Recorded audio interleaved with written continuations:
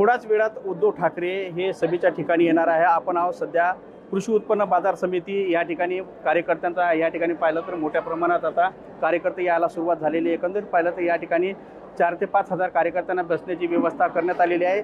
आपल्यासोबत बोलण्यासाठी ज्येष्ठ शिवसैनिक आपल्यासोबत आहे। निष्ठावंत कार्यकर्ते संपूर्ण आलेले आहे। जे गद्दार खासदार लोक आहे पळून गेलेले त्यांच्या निष्ठावंत लोक सर्व येऊन उद्धव साहेबांचं स्वागत करत आहे। सगळे निष्ठावंत लोक गद्दार लोकांसोबत बसून सर्व गेलेले निष्ठावंत लोक आहे ते गद्दार लोकांच्या बरोबर नाही आहे।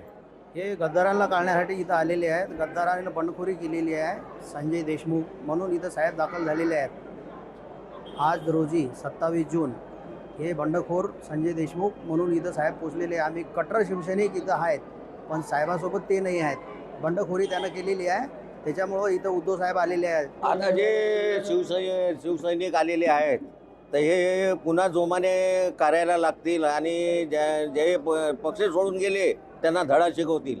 नक्की एकंदरीत पाहिलं तर जे फुटून गेलेले आहे जे गद्दार झाले यांना धडा शिकवण्यासाठी साहेब इथे या ठिकाणी आलेले आहे आणि त्यांना धडा शिकवण्याशिवाय राहणार नाही। मात्र या ठिकाणी आता थोड्याच वेळात उद्धव ठाकरे यांची सभा होणार आहे। त्या सभेमध्ये काय बोलतील याकडे सगळ्या महाराष्ट्राचं लक्ष लागलेलं आहे।